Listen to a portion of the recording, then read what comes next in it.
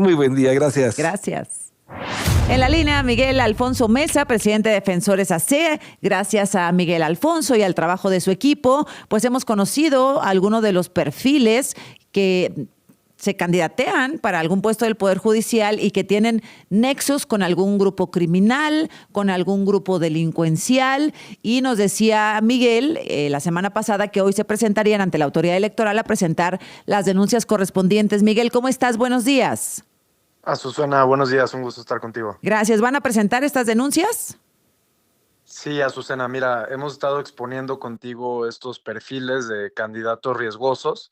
Vamos a presentar hoy con laboratorio electoral y 2 víctimas de estos candidatos, Sharim Guzmán, víctima de La Luz del Mundo, y un periodista víctima de desplazamiento forzado del fiscal del terror en Michoacán.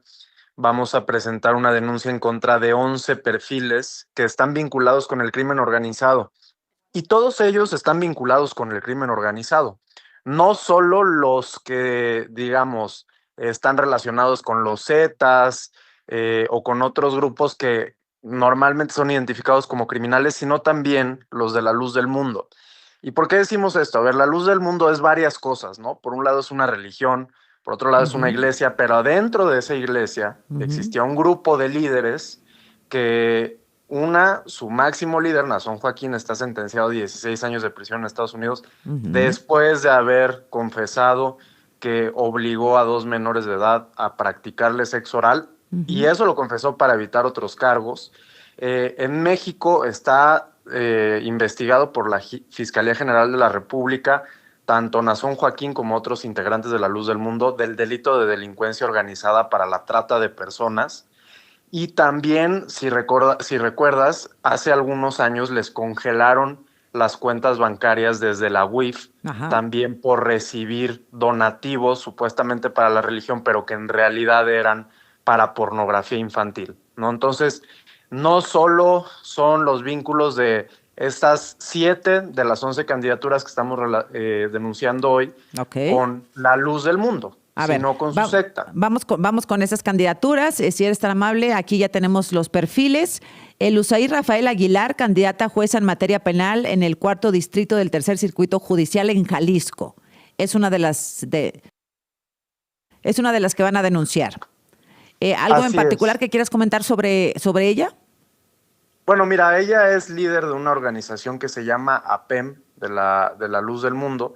En realidad, uno de los casos más graves que denunciaremos el día de hoy es el de Karina Sánchez Ruiz. Este es uno de los casos más recientes que hemos expuesto, porque ella fue diputada federal hace algunos años y como diputada le otorgó un reconocimiento a Nazón Joaquín y además está utilizando grupos de La Luz del Mundo para posicionar su candidatura. ¿Diputada por qué partido? Por el partido Nueva Alianza en el estado de Oaxaca. Entonces, ya hay un antecedente de que esta persona ha utilizado cargos públicos para beneficiar no solo a La Luz del Mundo, a Nazón Joaquín, sentenciado a 16 años de prisión en Estados Unidos.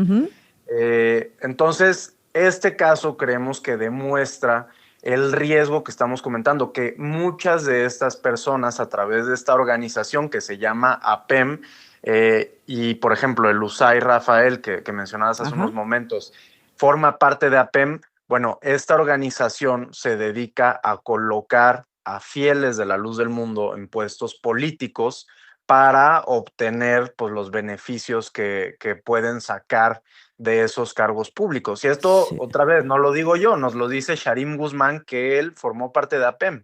Él fue víctima de La Luz del Mundo, él formó parte de APEM en Baja California y sabe cómo opera esta organización bajo las bajo las órdenes, en ese momento de Nazón Joaquín. Entonces van vinculados con La Luz del Mundo, Elusair Rafael Aguilar, Karina Sánchez Ruiz, Cecia Keren León Rocha, Madian Sinaí Menchaca Sierra, Betsabet Almazán, Cintia Guadalupe Teniente Mendoza.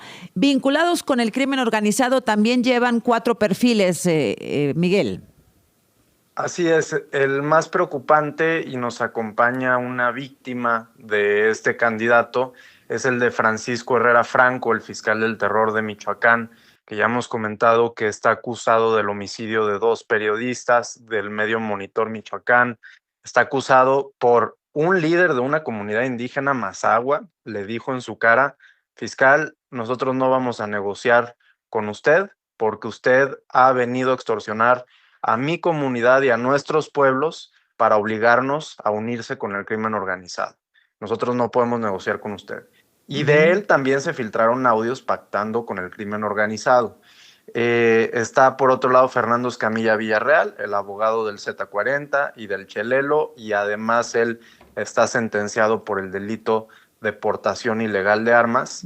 Y está Jesús Humberto Padilla Briones, que fue detenido con 17 bolsas de cristal y un arma de fuego, acompañado de otros hombres que también estaban armados y que digamos, traían cristal en su ropa, ¿no? Entonces, estos son la primera tanda de denuncias que vamos a presentar.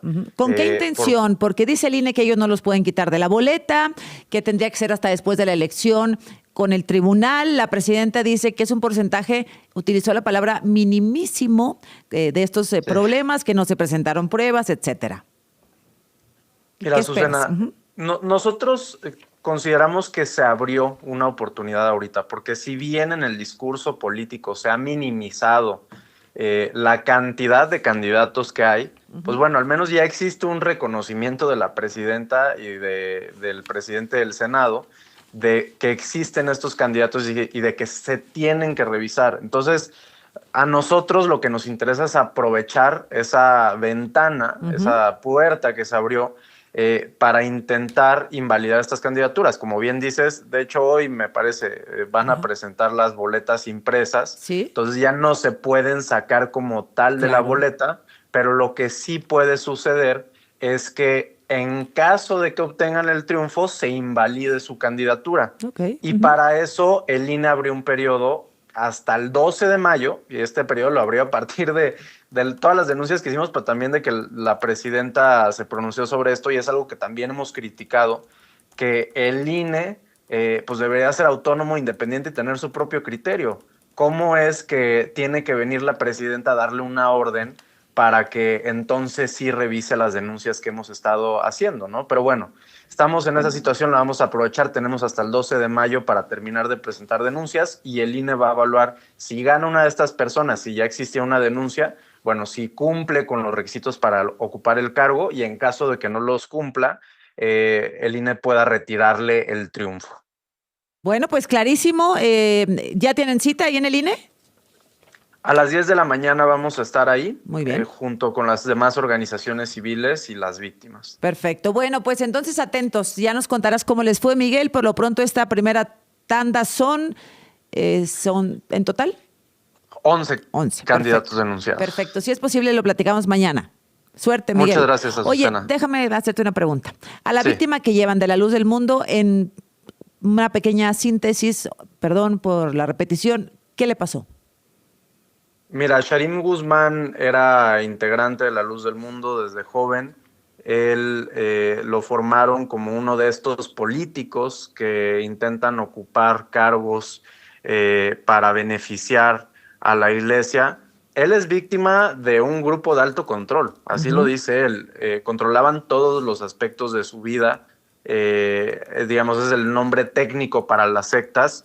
Y también cuando empezó a denunciar lo que estaba mal en La Luz del Mundo, fue víctima de segregación, es decir, cortaron todas las relaciones económicas, sociales, profesionales con él para excluirlo de una iglesia donde, digamos, era completamente su mundo. Y él es esposo de Sharim Guzmán, que es de Xóchitl Martín, que es una de las testigos en contra de Nazón Joaquín en Estados Unidos. Y bueno, ella la presentaron a Nazón Joaquín cuando era menor de edad.